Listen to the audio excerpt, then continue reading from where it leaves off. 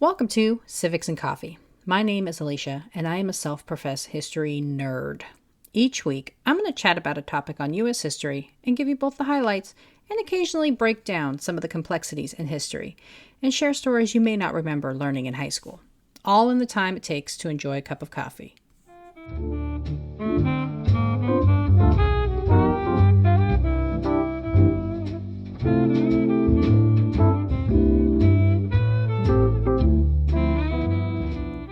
Welcome back, everybody. I posted a poll on the Civics and Coffee Instagram in preparation for the presidential debates, and I asked you if you were all interested in an episode on the history of debates, and you guys spoke in the affirmative. So, here it is. Unanswered questions, pre-scripted talking points, constant back and forth bickering. You either love them or hate them, and they feel like they've been around since forever. However, presidential debates have only been consistently broadcasted on television since 1976. And did you know the first televised presidential debate occurred between two women? Yep, you heard me. Keep listening for that story. And though it was the debate in 1960 that would alter the relationship between politics and the media, the first televised debate happened 4 years earlier in 1956 and would in many ways act as a preview of what to expect in 1960. So, grab your coffee. Let's do it. But before we talk about the ladies of 56, or the infamous showdown in 1960, let's talk about how we got the debate format as we know it today. Debating has been around almost as long as man, originating in ancient Greece with discussions on philosophy and democracy. For as long as man has had a thought, there have been opposing opinions stirring great dialogue, with each trying to convince the other of their points. Understanding the weight of the task ahead, the men at the Constitutional Convention in 1787 consented to a respectful debate of the issues, all agreeing to focus their arguments on the matter at hand and work to not offend or take offense of the points made. The convention took place in Philadelphia in the middle of the summer and was done in the times before air conditioning. That in and of itself is offensive. I do not do heat, and I cannot imagine having to develop a new form of government in the sweltering summer without getting massively irritated. So I imagine there was at least some disrespect. Debating classes and societies sprung up in the 1830s in a response to the increased access to the franchise, the idea that anyone who could vote should also know how to debate. However, the format of two candidates showing up at the same location to discuss issues can be traced to a United States Senate race. In 1858, 49-year-old Abraham Lincoln, running for the Senate seat in Illinois, was borderline harassing his opponent, Stephen A. Douglas, showing up at events after Douglas left and making the case for his candidacy. If Douglas gave a speech in a given locale, Lincoln would do the same. Stalker. In an effort to gain a wider audience and therefore gather more votes, Lincoln wrote Douglas in July requesting debates. Douglas unenthusiastically agreed, and the two candidates settled on a total of 7 debates, one for every remaining congressional district not yet visited by one of the candidates. The topic at hand would be slavery. Douglas, sponsor of the Kansas-Nebraska Act, was a proponent of the concept of popular sovereignty and argued each newly added territory should decide for themselves whether to be a slave or free state. Lincoln, by contrast, argued that slavery should be banned in any new state. Leaning on the ideals put forth in the Declaration of Independence, Lincoln contended that he could see no reason why blacks should be deprived of the rights of life, liberty, and the pursuit of happiness. Nearly 12,000 people showed up for the first debate on August 21st in Ottawa. Each event was to be 3 hours long.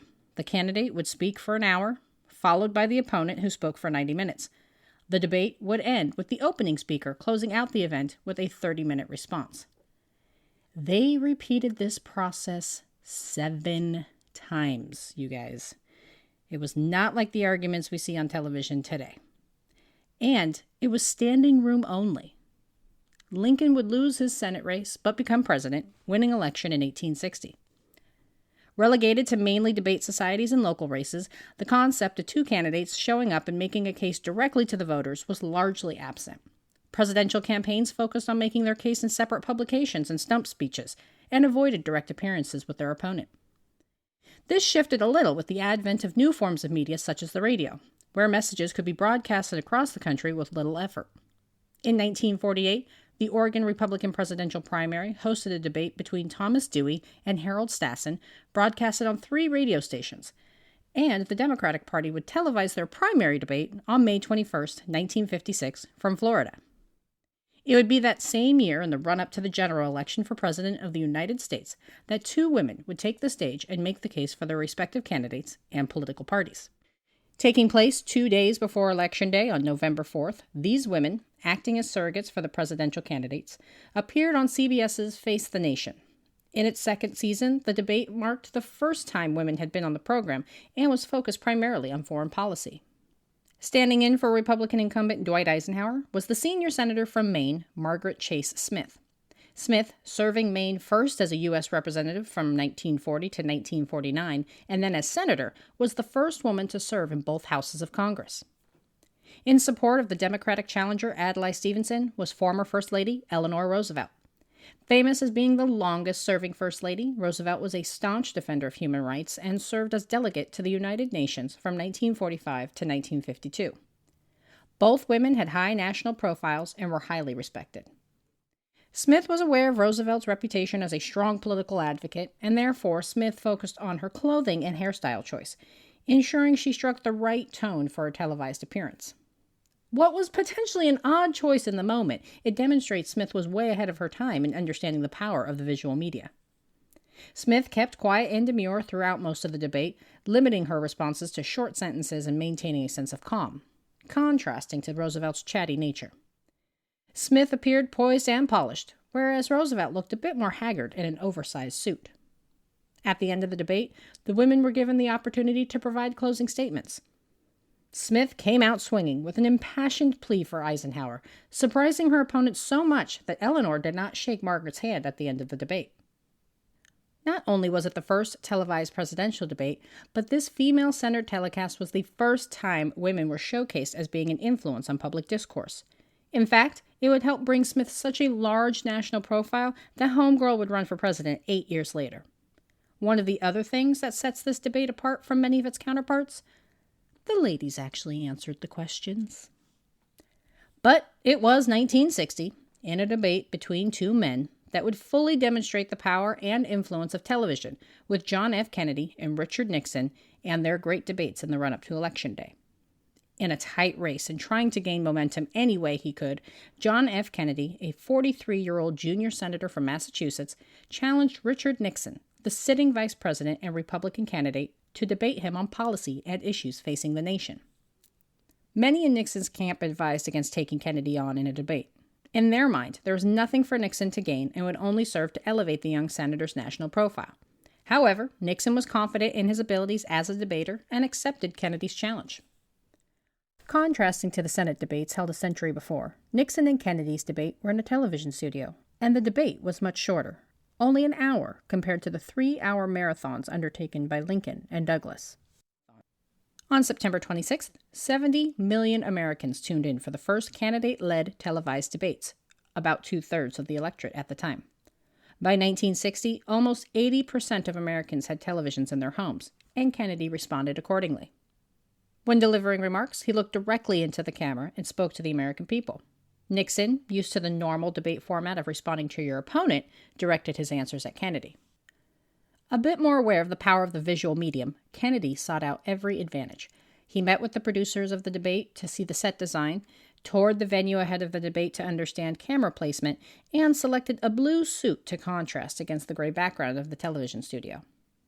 Nixon did not understand or fully appreciate the power of television and did not take any special precautions for the televised debate. He was also battling a knee injury and was recently released from the hospital, so his mind was probably elsewhere. Nixon, who had lost weight as a result of his injury, looked sickly on camera, swimming in his oversized gray suit that blended in with the set's background. Unprepared for the hot lights of the set, Nixon began perspiring midway through the debate, with his makeup disappearing and a very prominent 5 o'clock shadow developing on screen. And to underscore how impactful the televised debates were in shaping public perception, responders who listened to the debate on the radio believed that Nixon had bested the young senator. But those who had watched on television gave the edge to Kennedy, who appeared youthful and commanding when you compared it to Nixon's gauntly posture. It was one of the closest elections ever recorded, with Kennedy earning 49.7% of the popular vote to Nixon's 49.5%. When polled, more than half of Americans admitted to being influenced by the candidate's performance, with 6% citing the debates as the deciding factor in how they cast their ballot. This was the ultimate example of style winning over substance. Nixon would be so furious about the impacts of the debates that he would refuse to participate in his 1968 bid for the presidency. It wasn't until the presidential race in 1976 that debates became the standard for a presidential campaign season, being organized and sponsored by the League of Women Voters Education Fund until party leadership took over management and format. After the 1984 election, representatives from both the Democratic and Republican parties joined forces to establish the Commission of Presidential Debates in 1987. The League would forcefully challenge this, arguing the lack of a third-party sponsor would deprive voters of one of the only true authentic experiences during an election cycle. And while many agree that today's debates are inauthentic and feel like the worst kind of dental appointment, a number of Americans still use the debates to aid in their decision come voting day. And they still draw viewers. In 2016, almost 84 million people watched the first debate between Hillary Clinton and Donald Trump. Not as old as we might think, presidential debates have had a lasting impact on the American political process. And though they are constantly updating the tone and format of these televised events, we will always have an example of how it could, and maybe should, be with the 1956 debate between Margaret Chase Smith and Eleanor Roosevelt. Well, I don't see how anyone can have confidence in either President Eisenhower or Secretary Dulles' policies. Now, as a man and as a general, I respect him. He did a fine work. But the policies that have brought us into a position where we are, as far as the Near East goes, standing together with the dictator of Egypt and the communist Soviet, it's an odd situation to find the United States in. Mrs. Roosevelt, may I interrupt right there? I wonder why you say we're standing with the Kremlin and with Egypt in the matter. No one else in the UN with us. Our policy is against aggression. Because we're aggression and other nations are aggression, it doesn't mean that we are standing with those nations. We aren't standing with the Kremlin, certainly on the aggression in Hungary. And since the election is just around the corner, I want to remind everybody of how important it is to vote. Be sure to verify your registration at headcount.org. Thanks, everybody. Thanks for tuning in, and I hope you enjoyed this episode of Civics and Coffee. If you want to hear more small snippets from American history, be sure to subscribe wherever you get your podcasts. Thanks for joining me, and I look forward to our next cup of coffee together.